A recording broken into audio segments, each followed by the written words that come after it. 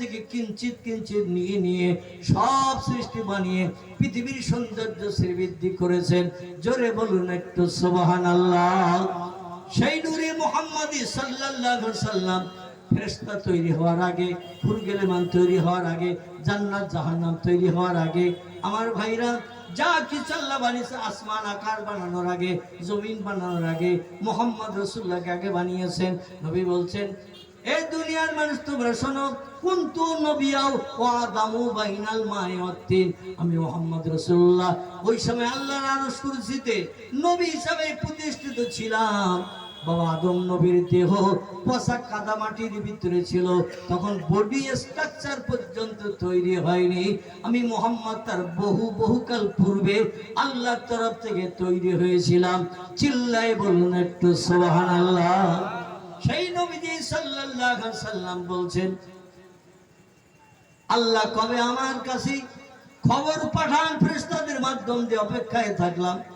দেখতে দেখতে 15 বছর কাল অতিবাহিত হয়ে গেল। কোন বর্ণনাকারীর মতে রমজান মাসের 17 তারিখের দিনগত রাত, কোন বর্ণনাকারীদের মতে রমজান মাসের 26 তারিখের দিনগত রাত, কোন বর্ণনাকারীদের মতে রমজান মাসের 21 রাতে। তিনটি বর্ণনা এসেছে কেতাবে, তবে সহি বর্ণনা হিসেবে বলা হয়েছে 26 তারিখের দিনগত রাত রমজান মাসের। আল্লাহ পাক জিবরিল আমিনকে বলেন, ইজাহাবিয়া জিবরিল ইলা রাসূলিহি, এ জিবরিল আর দেরি করো না, আমার পয়গম্বরকে আমি পরীক্ষা নিচ্ছিলাম, ধৈর্যের পরীক্ষা। আমারে না দেখে, আমার খবর না শুনে কতদিন পর্যন্ত মুহাম্মদ অপেক্ষায় থাকতে পারে? ফাসবরুন জামিলুন আল্লাহুল মুস্তাআনু আলা মা তাসিফুন। জোরে বলুন একটু আল্লাহু আকবার। আল্লাহ কোরআনে একটা তথ্য কোট করে দিয়েছেন, সেটি হলো এই, আল্লাহ বলছেন যারা বিপদে মুসিবতে পড়ে ধৈর্য ধারণ করে, সবর ইখতিয়ার করে, আমি আল্লাহ তাদের ধৈর্য ধারণ সবরকে দৃষ্টি নিক্ষেপ করে অচিরে তাদের মুখে হাসি ফুটায়। যারা বিপদে মুসিবতে, দুঃখে, দুর্দশায়, অভাবে, সমস্যায় অধৈর্য হয় না, ধৈর্য ধারণ করে, আমি তাদের মুখে অচিরে হাসি ফুটাই। পয়গম্বর মুহাম্মদ রাসূলুল্লাহ একটানা রাত দিন 15 বছর কাল 3500 ফুট পাহাড়ের মাথায়, সেখানে চাচা নাই, দাদা নাই, চাচতো ভাই নাই, পাড়া প্রতিবেশী নাই, কেউ নাই। সন্ধ্যা হয়ে গেলে শুধু নির্জন, একা একা, কেউ নাই। একটানা 15 বছর ধৈর্য ধরে বসে থাকলেন। আল্লাহর সান্নিধ্য না পাওয়া পর্যন্ত ফিরব না। আল্লাহ বলে, জিবরিল, সমস্ত মাসের ভিতরে সেরা মাস আমার কাছে পবিত্র রমজান মাস। জোরে বলুন একটু সুবহানাল্লাহ। সব থেকে রমজান মাস হলো আমার কাছে সেরা মাস। শাহরুর রমাদান আল্লাযী উনজিলা ফীহিল কোরআন। আল্লাহ কোরআনেও তথ্য কোট করে দিয়েছেন। আমি 12টি মাসের বছর, আল্লাহ কোরআনেও কোট করেছেন 12 মাসের বছর গণনা করার জন্য নির্দেশ দিয়েছেন। এই 12 মাসের প্রথম মাসের নাম হলো মুহররম, দ্বিতীয় মাসের নাম সফর, তৃতীয় মাসের নাম রবিউল আউয়াল, চতুর্থ মাসের নাম রবিউল সানি, পঞ্চম মাসের নাম জমাদুল আউয়াল, ষষ্ঠ মাসের নাম জমাদুল সানি, সপ্তম মাসের নাম রজব, অষ্টম মাসের নাম শাবান, নবম মাসের নাম রমজান, দশম মাসের নাম শাওয়াল, 11তম মাসের নাম জিলকদ, 12 নম্বর মাসের নাম জিলহজ। এই 12টি মাসের ভিতরে সবথেকে উত্তম মাসের তথ্য এসেছে পবিত্র তিরমিজি শরীফে, আবু দাউদ শরীফে। আল্লাহ নবী বলছেন, উত্তম মাসের নাম হলো রমজান মাস, যে মাসে আল্লাহ আসমানি সেরা কিতাব আমার কাছে পৃথিবীতে আসমান থেকে অবতরণ করিয়েছিলেন। জোরে বলুন একটু সুবহানাল্লাহ। সেটি হলো শাহরুর রমাদান আল্লাযী উনজিলা ফীহিল কোরআন। আল্লাহ কোরআনে তথ্য কোট করে দিয়েছেন, রমজান মাসকে পছন্দ করে এই মাসটাকে আমি পবিত্র মাস হিসাবে মান্যতা দিয়ে এই মাসে আমার লৌহে মাহফুজে সংরক্ষিত মিষ্টি মধুর সত্যবাণী, সত্য কথা কোরআনকে পৃথিবীতে নাজেল করলাম বিশ্ববাসী উম্মতে মুহাম্মাদীদের কল্যাণের জন্য।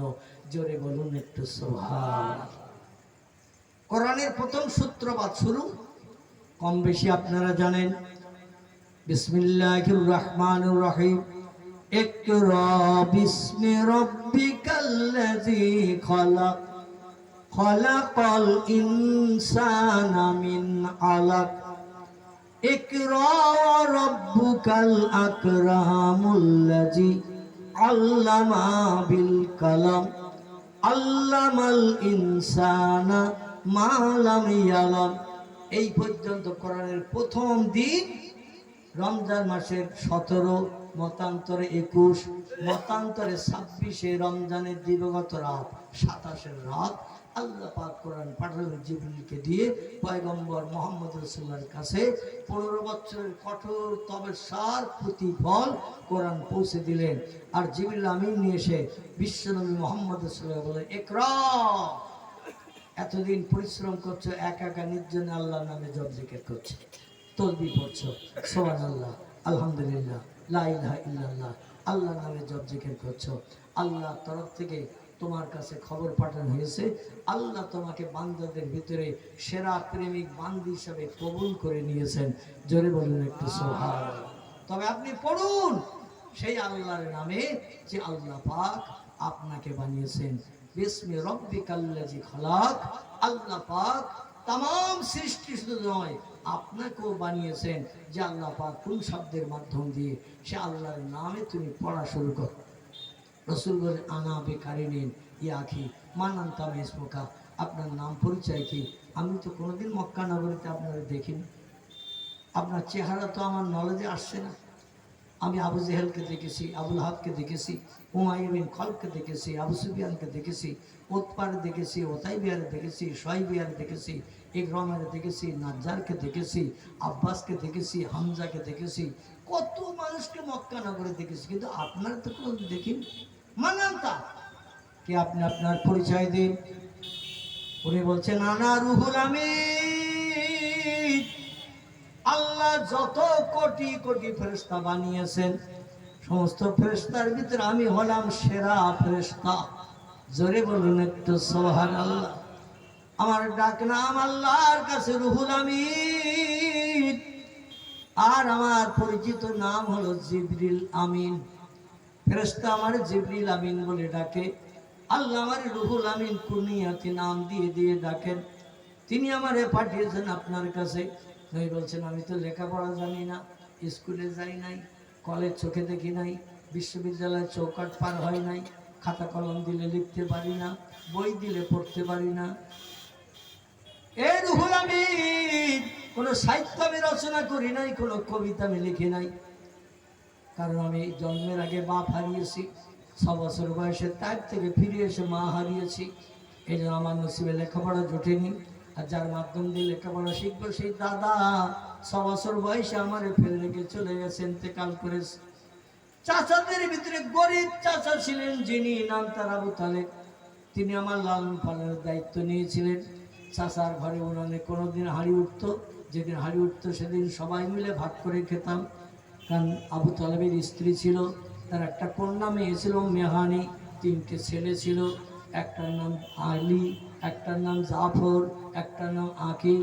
এই এক অন্নভুক্ত, আবার সেই সঙ্গে আমি মোহাম্মদ। সংসারটা বড় ভারী ছিল। আর চাচা তেমন খাটাখাটি করতে পারতেন না, কাজকর্ম করতে পারতেন না, বড় কোনো ব্যবসা ট্যাবসা করতে পারতেন না। এই জন্য অধিকাংশ দিন উনানে হাঁড়ি উঠতো না। আর হাঁড়ি উঠতো না দেখে আমরাও মায়ের কাছে, চাষিমার কাছে খাবারের দাবি করতাম না। চাষিমা রান্না করে নাই, খাবার দেবে কোথার থেকে? এই জন্য অভাবের কারণে আমাদের সংসার চলতো। যেদিন খাবার নসিবে জুটতো আনন্দের সঙ্গে খেয়ে উদারপূর্ণ করতাম, যেদিন খাবার জুটতো না জমজমের পানি পান করে পিপাসা ক্ষুধা নিবৃত্তি করতাম। এই জন্য লেখাপড়ার কিছুই জানেনি, লেখাপড়া করার সময় সুযোগ হয়নি। জিবরিল বুকে পাজা করে জড়িয়ে ধরলেন, জড়িয়ে ধরে একবার ছেড়ে দিয়ে বললেন, এবার পড়ো। রসুল আবার একই কথা বললেন, আনা বেকারিনিন, আমি কিছুই পড়তে জানি না। আবার একবার পাজা করে জড়িয়ে ধরলেন, ধরে বললেন, কুল ইয়া মুহাম্মদ, এবার তুমি পড়ো।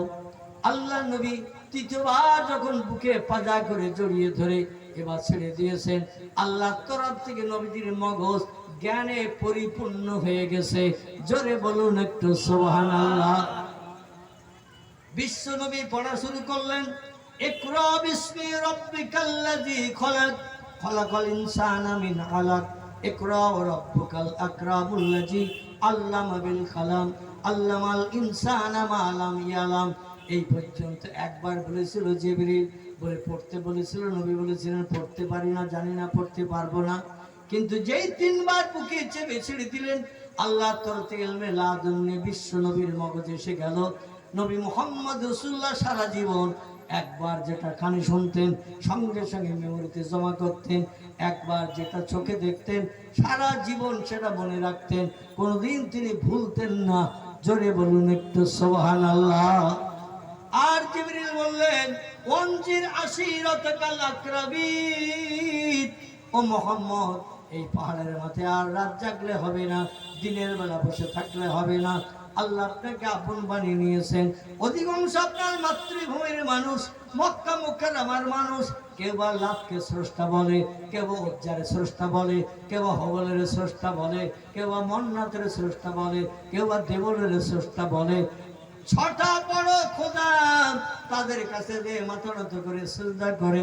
এরপরও 355টা খোদা কাবা ঘরের দেওয়ালে লটকানো রয়েছে। মোট খোদার সংখ্যা 360টি, 5টা হলো বড়, 355টা ছোট। তাদের কাছে যে দুঃখ দুর্দশার কথা জানায় সমস্যা সমাধানের জন্য।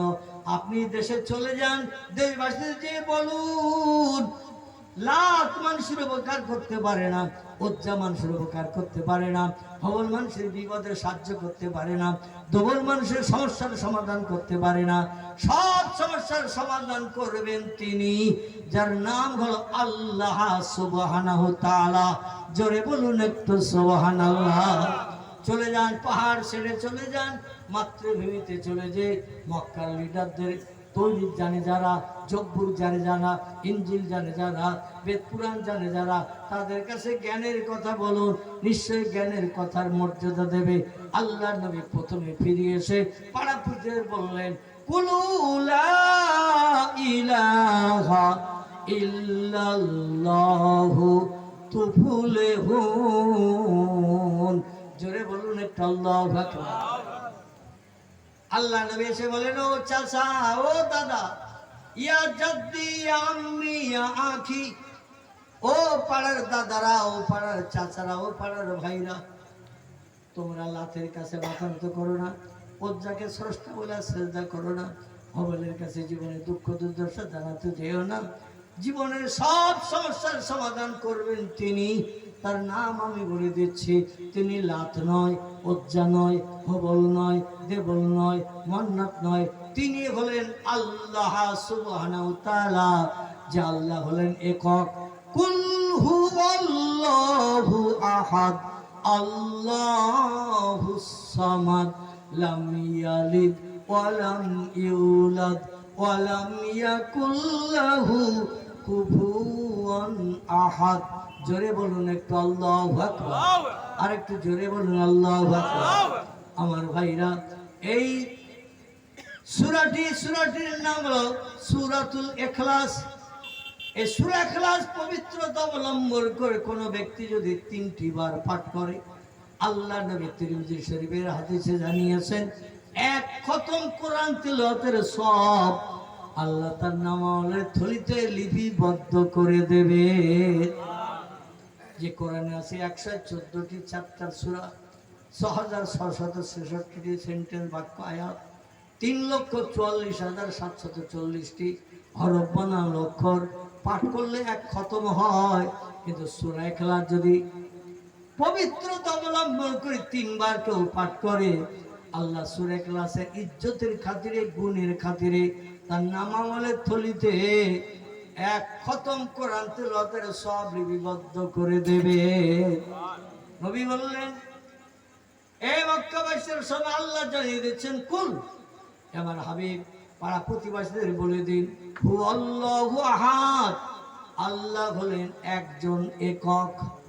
আল্লাহুস সামাদ, তিনি হলেন মুখাপেক্ষিহীন। বিপদে মুসিবতে, দুঃখে দুর্দশায়, অভাবে সমস্যায়, রোগের শোকে আল্লাহ কোনোদিন কারো কাছে হাত পাতেন না সাহায্যের জন্য। তিনি হলেন অল ইন অল, সবসময় নিজের ক্ষমতায় অধিষ্ঠিত। জোরে বলুন একটু সুবহানাল্লাহ। লাম ইয়ালিদ, তার কোনো সন্তানাদি নাই। ওয়ালাম ইউলাদ, কারো পেটের থেকেও তিনি জন্মগ্রহণ করেন নাই। ওয়ালাম ইয়াকুল লাহু কুফুয়ান আহাদ, তিনি অতীতে ছিলেন একক, বর্তমানে আছেন একক, ভবিষ্যতেও থাকবেন একজন একক। আল্লাহর কোনো বিবি নাই, বাচ্চা নাই, অংশীদারি শরীকের কেউ নাই, তিনি হলেন একক। এই কথাটা মক্কার মানুষের কাছে বলো। যেই তিনি বলা শুরু করলেন, সারা মক্কার মানুষ তার দুশ্মন শত্রু হয়ে গেল। এতদিন কেউ দুশ্মন শত্রু ছিল না, সবাই ছিল তার আপনজন। আর যেই কলেমার দাওয়াত দিলেন, নতুন ধর্মের কথা বললেন, সারা মক্কার মানুষ তার শত্রু এমন হয়ে গেল, মাতৃভূমির দেশে 13 বছরের পর আর থাকতে দেয় নাই। রাতের বেলা গোপনে সন্তর্পণে মক্কা মুকাররমার কাবার চাতাল ছেড়ে দিয়ে উত্তর দিকে 650 কিলোমিটার রাস্তা, দেশটির পূর্ব নাম ছিল ইয়াসরিব, বর্তমান নাম হল আল মদিনাতুল মুনাওয়ারা। নবীজি 18 দিন 18 রাত আবু বকর সিদ্দিককে নিয়ে পথ পাড়ি দিয়ে দিনের বেলা পাহাড়ের গুহার ভিতরে লুকিয়ে থাকতেন, ঝোপঝাড় জঙ্গলের ভিতরে লুকিয়ে থাকতেন। শত্রুরা রাস্তায় চললে ধরতে পারবে, আর ধরলে প্রাণ নাশ করে দেবে, এই ভয়ে দিনের বেলা গোপন থাকতেন। সন্ধ্যার পরে রাতের ঘনঘটা নেমে গেলে পথ চলতে শুরু করতেন। মক্কা নগরী থেকে মদিনায় যেতে 18 দিন সময় লেগেছিল আবু বকর সিদ্দিক এবং পয়গম্বরকে। মদিনায় যখন গেলেন, 3500 বাচ্চা ছেলে মেয়ে, 3500 বাচ্চা ছেলে মেয়ে। বদর নামক একটি পাহাড় আছে, পাহাড় যেখানে ইসলামের প্রথম যুদ্ধ হয়েছিল, মদিনা থেকে মক্কার দিকে আসতে। এইখানে 3500 বাচ্চা ছেলে মেয়ে, ওরা পাহাড়ের মাথায় উঠে মক্কা নগরীর দিকে তাকিয়ে তাকিয়ে দেখছে। আবিসিনিয়ার একদল ব্যবসায়ীরা খবর দিয়ে গেছে মদিনাবাসীদের কাছে, তোমাদের দেশে মক্কা নগরী থেকে একজন লোক আসছে, যিনি নতুন ধর্মের প্রচার প্রসার করছে। দেশের মানুষ তারা ওই দেশে টিকতে দেয়নি, থাকতে দেয়নি, তাই তিনি সন্তর্পণে গোপনে পালিয়ে পালিয়ে এই মদিনার দেশে আসছে। এই খবর আবি সাদের কাছে দিয়ে আমার ভাইরা যখন চলে গেল, আবিসিনিয়ার ব্যবসায়ীরা, আবি সাদের একটা ছেলে ছিল, তার নাম সাদ। এই সাদের বয়স তখন 11 বছর। আর অনেকজন বন্ধু ছিল, নাম ছিল তার হুযায়ফা, তার বয়স ছিল 13 বছর। এই দুইজন বন্ধুর সঙ্গে খুব মিল মহব্বত প্রেম ছিল। হুযায়ফার বয়স ছিল 13, সাদের বয়স ছিল 11। সাদ বলছে, শোনো, আমার বাবার কাছে খবর দিয়ে গেছে আবিসিনিয়ার একদল ঘোড়সওয়ার ব্যবসায়ীরা, ওরা আমাদের মদিনার উপর দিয়ে চলে গেছে আবিসিনিয়ায়। কিন্তু আমার বাবার কাছে বলে গেছে আমাদের দেশে নাকি একজন নতুন ধর্ম প্রচারক আসছে, নাম তার মুহাম্মদ, এবং তার চেহারা দেখতে নাকি অপরূপ সুন্দর, নতুন ধর্মের প্রচার প্রসার করতে আসছেন। তার দেশের মানুষেরা 13 বছর তারে মারধর করেছে, তার দেশ পরিত্যাগ করে আল্লাহর হুকুম তামিল করে আমাদের দেশে আসছে। হযরত সাদ দেখে বলল, হুযায়ফা, আল্লাহ নবী আসছে আমাদের দেশে, যিনি আল্লাহর জান্নাত মানুষকে হালাল বানাবেন, জাহান্নাম হারাম বানাবেন, যদি তার নেতৃত্ব করে একবার মেনে নেয়। এ হুযায়ফা, মদিনার ছোট ছোট বাচ্চা ছেলে মেয়েদের খবর দাও, নবী আসছেন পায়ে হেঁটে পথ পাড়ি দিয়ে, 18 দিনের পথ পাড়ি দিয়ে আসছে। আমাদের মদিনায় ঢকঢক ভাব হয়েছে। বদর নামক একটি কুয়া আছে, ওইখানে উঁচু পাহাড় আছে, ওই পাহাড়ের কাছে চল, আমরা এগিয়ে যাই। আল্লাহর পয়গম্বর যখন আসবে, আমরা সবাই মিলে পয়গম্বরকে ওয়েলকাম, স্বাগতম জানিয়ে পাজা করে জড়িয়ে ধরে মহব্বত করে নিয়ে চলে আসবো আমাদের দেশে, যাতে পয়গম্বর একটা পশমের ক্ষতি যেন কেউ না করে। জোরে বলুন একটু সুবহানাল্লাহ। মদিনার অলিতে গলিতে ভোরবেলা, খুব সংক্ষেপ কথা, দেখতে দেখতে 2 ঘন্টার মতো হয়ে এসেছে। আমার ভাইরা পরবর্তী বক্তা আসবেন, আমি খুব সংক্ষেপ করে বলছি, শোনেন। এই দুটি বাচ্চা ছেলে, একটার বয়স হলো 11 বছর, একটার বয়স হলো 13 বছর। আমার ভাইরা, সাদের বয়স 11, হুযায়ফার বয়স 13। এই দুইজন নেতৃত্ব দিয়ে মদিনার গলিপথে আওয়াজ দিচ্ছেন ভোরবেলা, কে কোথায় আসো বাচ্চা ছেলে মেয়েরা। মক্কা মুকাররমা থেকে আল্লাহর পয়গম্বর মুহাম্মদ রাসূল আসেন। তৌরাতে তার নাম লেখা, জব্বুরে তার নাম লেখা, ইনজিলে তার নাম লেখা। সেই ব্যক্তি আসছে আমাদের দেশে, তোমরা বেরিয়ে পড়ো। পয়গম্বরকে ওয়েলকাম, স্বাগতম, খোশামদিদ জানিয়ে আমরা রাস্তা থেকে তারে সঙ্গে করে নিয়ে আসি। ভাইয়ের আমার, বাচ্চা ছেলে মেয়ে জোগাড় হতে হতে সব থেকে কম বয়স ছিল 9 আর সব থেকে বেশি বয়স ছিল 13।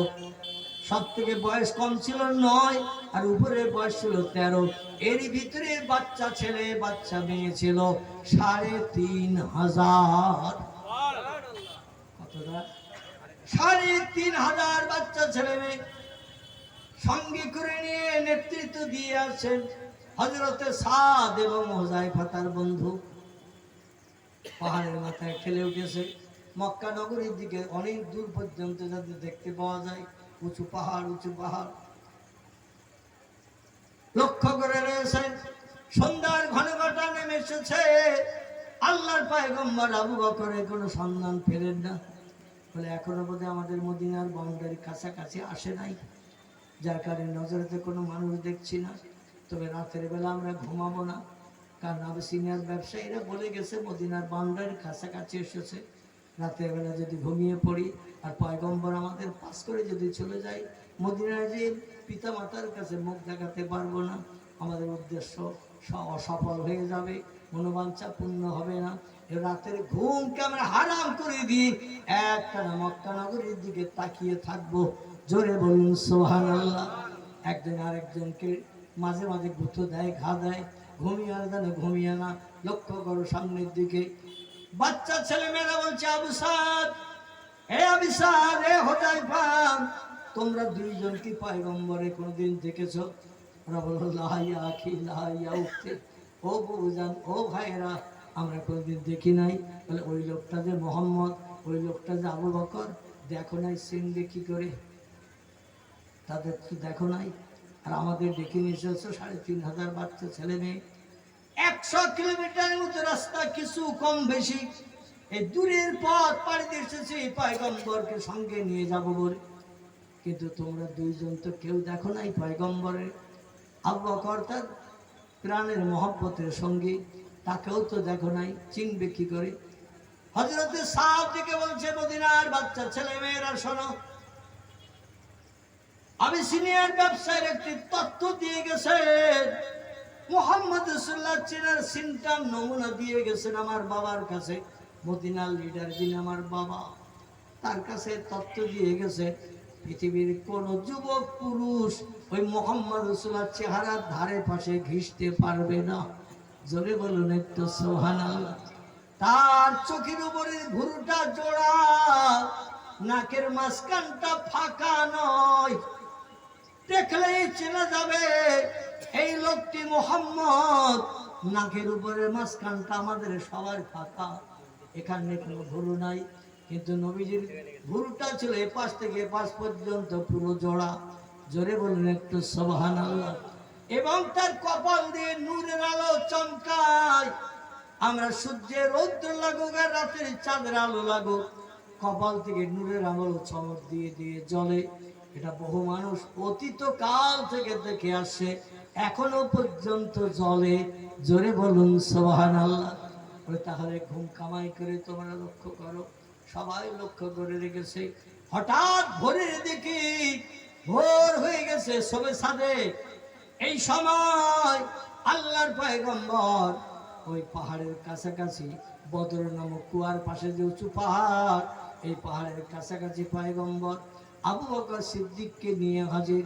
আবি সাদ দেখে বলছে মা তারা ইয়া আখি, মা তারা ইয়া উখতি, মা তারা ইয়া আখি, ও ভাইরা বোনেরা, নজর করে কি দেখতে পাচ্ছ ওই যে দুইজন মানুষ আসছে, ওরা সেই মুহাম্মদ রাসূলুল্লাহ হবে কিনা?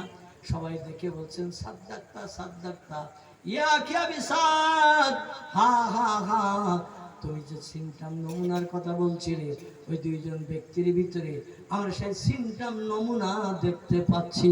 জোরে বলুন একটু সুবহানাল্লাহ। পাহাড় থেকে দৌড়িয়ে এক দৌড়ে নিচে নামলেন এই 3500 বাচ্চা ছেলে মেয়ে। আল্লাহ নবী যে দিক থেকে আসছে উত্তর দিকে যাবেন, দক্ষিণ দিক থেকে যাচ্ছেন উত্তর দিকে যাবেন, আর এরা পাহাড়ের থেকে নেমে দক্ষিণ দিকে গিয়ে আসছে পয়গম্বর মুহাম্মদ রাসূলকে ওয়েলকাম, স্বাগতম, খোশামদিদ জানানোর জন্য। নবীজির কাছাকাছি এসে চতুর্দিক থেকে ঘিরে ধরেছে 3500 বাচ্চা ছেলে মেয়ে। আল্লাহ নবীর ঘিরে বলছেন কুমিয়া মুহাম্মদ ইবনে আব্দুল্লাহ, ইয়া রাসূলুল্লাহ, আপনি একটুখানি দাঁড়িয়ে যান। নবী বলছেন, তোমরা কি আমারে মারবে বলে তাই ঘেরাও করেছো? আবি সাহেব বলছে, লা ইয়া রাসূলুল্লাহ, আমরা আপনারে প্রহার করতে, মারধর করতে আসি নাই। বলে, বাচ্চা ছেলে মেয়ে দেখলে আমার বড় ভয় হয়। মক্কা নগরী থেকে যখন দাওয়াত দিতে বিভিন্ন দেশে গেছি, অধিকাংশ বাচ্চা ছেলে মেয়েরা আমারে মেরে মেরে বেহুশ করে দিয়েছে। বড় বড় বয়স্ক মানুষেরা বাচ্চাদের লেলিয়ে দিয়ে আমারে প্রহার করে, মারধর করে, রক্তপ্লুত করে বেহুশ করেছে। এই বাচ্চা দেখলে আমার বড় ভয় হয়। তোমরা কি আগে থাকতে খবর পেয়েছো আমি আসছি তোমাদের মদিনার দেশে? তাই মদিনার পুরুষ মানুষেরা তোমাদের পাঠিয়ে দিয়েছে আমারে প্রাণ নাশ করার জন্য, ক্ষতি করার জন্য, তোমাদের দেশে না ঢুকতে দেওয়ার জন্য। হযরতে আবি সাদ রাদিয়াল্লাহু এবং হুযায়ফা ডেকে বলছেন, লা ইয়া রাসূলুল্লাহ, আল্লাহর পয়গম্বর, আপনি ওই চিন্তা করবেন না। আমরা আপনাকে স্বাগতম জানিয়ে, ওয়েলকাম জানিয়ে, খোশামদিদ জানিয়ে মাঝখানে করে নিয়ে মদিনায় নিয়ে যাব, যাতে কোনো শত্রু আপনার একটা পশমের ক্ষতি করতে না পারে। জোরে বলুন একটু সুবহানাল্লাহ। চিন্তা মুক্ত হয়ে যান, দুশ্চিন্তা মুক্ত হয়ে যান। আমাদের মাঝখানে যখন আপনি এসেছেন, আমাদের প্রাণ থাকতে, জীবন থাকতে আপনার গায়ের একটা পশমে আঁচড় দিতে দেব না, কোনো ব্যক্তিকে ক্ষতি করতে দেব না। রাসূল বলছেন, সত্য বলছো? ওরা বলল, নাম নাম ইয়া রাসূলুল্লাহ, আমরা সত্য কথা বলছি, ভয়ের কোনো কারণ নাই। আল্লাহর ওলি, যাও ইয়া ইবনি, ও ছেলেরা বেটারা, তাহলে চলো চলো চলো, আমি তোমাদের দেশে যাই। যত দেশে গেছি পূর্বে, সব দেশের বাচ্চা ছেলে মেয়েরা আমার পাগল বলে হাঁকিয়ে দিয়েছে, মাথা বলে হাঁকিয়ে দিয়েছে, পাথর মেরে মেরে পাহাড়ের কিনারায় বেহুশ করে ফেলে রেখেছে। তোমরা আমার নিয়ে যাবে তোমাদের দেশে? বলে, নাম নাম ইয়া রাসূলুল্লাহ। নবী বললেন, তাহলে চলো। বেশ 2-4 পা 2-10 পায়ে দিয়ে এসেছেন আল্লাহ নবী। ওরা চতুর্দিক থেকে ঘেরাও করে, মাঝখানে করে আবু বকর সিদ্দিক আর নবীকে নিয়ে আসছেন। আর কিছুদিন আসার পরে, 2-4 ধাপ আসার পরে, হঠাৎ করে হযরত আবি সাদ হুযায়ফাকে ডেকে বলছেন, বন্ধু, আল্লাহর নবী আজ আমাদের দেশে ঢুকছে, আমরা খুশিতে বাগবাগ, আনন্দাত্মহারা। আমাদের পিতা মাতারা খবর রাখে না, জানে না। ভোরবেলা বেরিয়ে পড়েছে ঘুম হারাম করে, পয়গম্বরকে সাথে করে নিয়ে গেলে নিশ্চয় আমরা সব থেকে বেশি সম্মানিত হব, আমরা বেশি মর্যাদা পাবো। কারণ আমাদের পিতা মাতারা কিছুই জানে না, কিছুই খবর রাখে না। এই কাণ্ড কারখানা আমরা ঘটাতে এসেছি। হযরতে হুযায়ফা বলছেন, না আমি আঁকি, হ্যাঁ কথাটা বাস্তব সত্য। তবে আল্লাহ নবীকে এইখানে রাস্তায় চলতে চলতে আমরা আমাদের জীবনের দুটি দাবির কথা একটু ব্যক্ত করে নবীর কাছ থেকে ওয়াদা করে নিয়ে নিলে আমাদের ভবিষ্যৎ জীবনটা বড় লাভবান হবে, লাভের হবে। হযরত আবি সাদ দেখে বলছেন, ভাই হুযায়ফা, আমার থেকে তোমার 2 বছর বয়স বেশি, তোমার থেকে আমার 2 বছর বয়স কম, এই তুমি আমার থেকে বেশি জ্ঞানী, এতে আমি কিছু দ্বিধাবোধ করি না বা মতদ্বন্দ্ব করি না।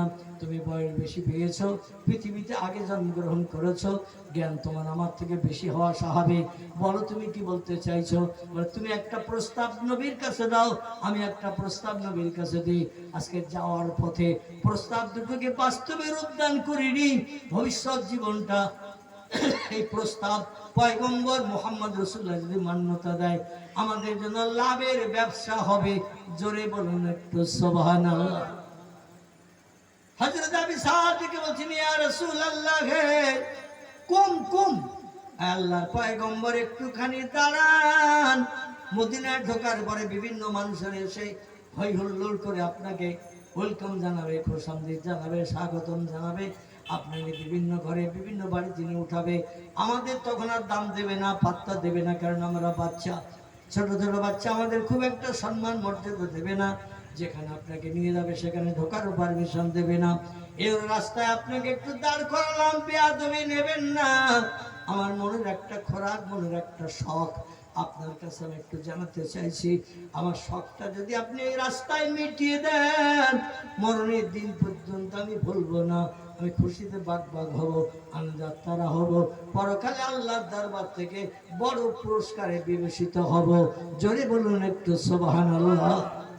আল্লাহ নবী ডেকে বলছেন, মা সালাকা ইয়া ইবনি সাদ, এ সন্তান সমতুল্য সাদ, কি আমারে বলতে চাইছো? রাস্তার মাঝখানে 3500 বাচ্চা ছেলে মেয়ে ঘেরোয়া করে নিয়ে মাঝখানে আমার দাঁড় করিয়ে কি বলতে চাইছো? সাদ দেখে বলে, ইয়া রাসূলুল্লাহ, এই রাস্তার উপরে দাঁড়িয়ে একটুখানি যদি আপনি অঙ্গীকার করে আমার কথার মর্যাদা দেন, আমি খুশিতে বাগ হব, জীবনের সব সমস্যার সমাধান হবে, সব দুঃখ নিবারণ হবে, অভাব বলতে আমার আর কিছুই থাকবে না। ওই বলেন, কথাটা কি বাবা বলো? সাদ বলি, ইয়া রাসূলুল্লাহ, আপনি আগামীতে যতদিন হায়াতে বাঁচবে আমাদের মদিনা ছাড়ার কোথাও যাবেন না। জোরে বলুন একটু নারায়ে তাকবীর। আমরা কি এরকম প্রস্তাব দিতে পারতাম? ছোট্ট বাচ্চা ছেলে, 11 বছরের বাচ্চা ছেলে ডেকে বলছি, ইয়া রাসূলুল্লাহ, এই মদিনা রাস্তার উপরে দাঁড়িয়ে একটু ওয়াদা করুন, যতদিন আগামীতে হায়াতে বাঁচবে আমাদের মদিনা ছাড়া অন্য কোনো দেশে যাবেন না। নবী বলছেন, বাবা গেলে কি? বলে, আমাদের সঙ্গে মায়া মহব্বত, প্রেম ভালোবাসা আপনার তৈরি হবে, আর সেই মায়া মহব্বত ভালোবাসা ছিন্ন করে অন্য কোনো দেশে দিয়ে আবার বসবাস করবেন, আমরা নবী হারা হয়ে প্রাণ ফেটে মারা যাব, এই বিশ্ব সুন্দর চাঁদমুখ চেহারা দেখতে পাবো না, অন্য কোনো দেশে যে অবস্থান করবেন আমরা জীবনে বাঁচবো না। এই জন্য যতদিন আপনি হায়াতে বাঁচবেন আমাদের মদিনা ছাড়া অন্য কোনো দেশে যেয়ে থাকবেন না। রাস্তার উপরে একটু ওয়াদা করুন, আমি স্যার একটু খুশিতে বাগবাগ হয়ে যাই। রাসূল বলেন, বাবা, যত দেশে কলেমার দাওয়াত দিতে গেছি সব দেশের মানুষ মেরেছে, প্রহার করেছে, গালিগালাজ করেছে, পাথর মেরে রক্তপূর্ত করেছি, বেহুশ করে 2-3 ঘন্টা 4 ঘন্টা আমারে বেহুশ করে রেখেছে। আর তোমাদের দেশে থাকলে তোমরা খুশি হবে, এই প্রস্তাব যখন আমার কাছে রাখছো, এখনো তোমাদের দেশের বাউন্ডারির ভিতরে ঢুকি নাই, তবে যদি তোমরা খুশি হও, যদি তোমরা সন্তুষ্ট হও, আর আমারে যদি ভালোবাসো, আমারে যদি মহব্বত করো, আমারে যদি থাকার জায়গা দাও, আমার যদি বসবাসের জায়গা তোমরা দাও,